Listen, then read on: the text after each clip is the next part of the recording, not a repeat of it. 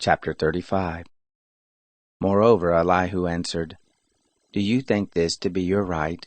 Or do you say, My righteousness is more than God's? That you ask, What advantage will it be to you? What profit shall I have more than if I had sinned? I will answer you, and your companions with you. Look to the heavens and see. See the skies which are higher than you. If you have sinned, what effect do you have against him? If your transgressions are multiplied, what do you do to him? If you are righteous, what do you give him? Or what does he receive from your hand? Your wickedness may hurt a man as you are, and your righteousness may profit a son of man. By reason of the multitude of oppressions they cry out. They cry for help by reason of the arm of the Almighty. But none says, Where is God my Maker, who gives songs in the night, who teaches us more than the animals of the earth, and makes us wiser than the birds of the sky? There they cry, but none gives answer, because of the pride of evil men. Surely God will not hear an empty cry, neither will the Almighty regard it. How much less when you say you don't see him? The cause is before him, and you wait for him. But now, because he has not visited in his anger, neither does he greatly regard arrogance. Therefore Job opens his mouth with empty talk, and he multiplies words without knowledge. Chapter 36. Elihu also continued and said, Bear with me a little, and I will show you, for I still have something to say on God's behalf. I will get my knowledge from afar, and will ascribe righteousness to my Maker. For truly my words are not false. One who is perfect in knowledge is with you. Behold, God is mighty, and doesn't despise anyone. He is mighty in strength of understanding. He doesn't preserve the life of the wicked, but gives to the afflicted their right. He doesn't withdraw his eyes from the righteous, but with kings on the throne he sets them forever, and they are exalted. If they are bound in fetters, and are taken in the cords of affliction, then he shows them their work and their transgressions, that they have behaved themselves proudly. He also opens their ears to instruction, and commands that they return from iniquity. If they listen and serve him, they shall spend their days in prosperity, and their years in pleasures. But if they don't listen, they shall perish by the sword, they shall die without knowledge. But those who are godless in heart lay up anger.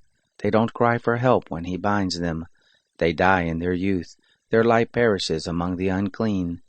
He delivers the afflicted by their affliction, and opens their ear in oppression. Yes, he would have allured you out of distress into a broad place, where there is no restriction.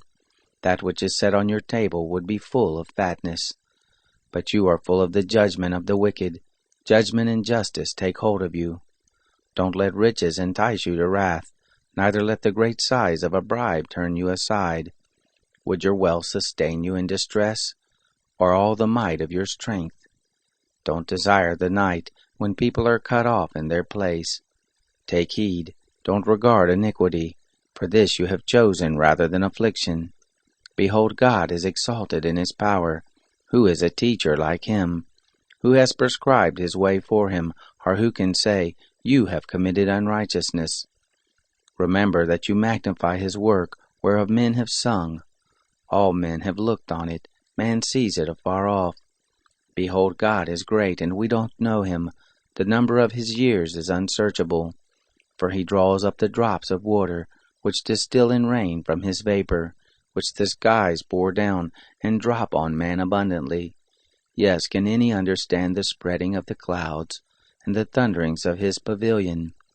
Behold, he spreads his light around him, he covers the bottom of the sea. For by these he judges the people, he gives food in abundance.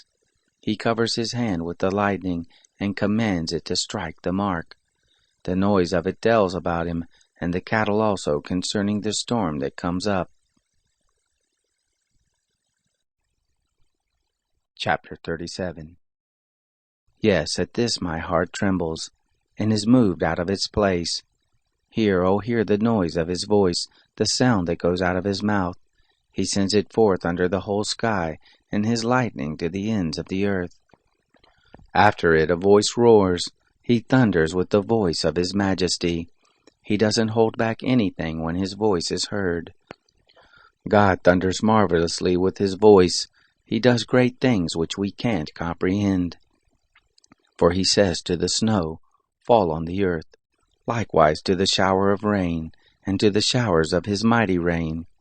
He seals up the hand of every man, that all men whom he has made may know it. Then the animals take cover and remain in their dens. Out of its chamber comes the storm, and cold out of the north. By the breath of God ice is given, and the breath of the waters is frozen. Yes, he loads the thick cloud with moisture. He spreads abroad the cloud of his lightning. It is turned round about by his guidance, that they may do whatever he commands them on the surface of the habitable world. Whether it is for correction, or for his land, or for loving kindness, that he causes it to come. Listen to this, Job. Stand still and consider the wondrous works of God. Do you know how God controls them, and causes the lightning of his cloud to shine? Do you know the workings of the clouds, the wondrous works of him who is perfect in knowledge? You whose clothing is warm, when the earth is still by reason of the south wind, can you with him spread out the sky, which is strong as a cast metal mirror? Teach us what we shall tell him, for we can't make our case by reason of darkness. Shall it be told him that I would speak, or should a man wish that he were swallowed up? Now men don't see the light which is bright in the skies, but the wind passes and clears them. Out of the north comes golden splendor. With God is awesome majesty. We can't reach the Almighty. He is exalted in power. In justice and great righteousness he will not oppress. Therefore men revere him. He doesn't regard any who are wise of heart.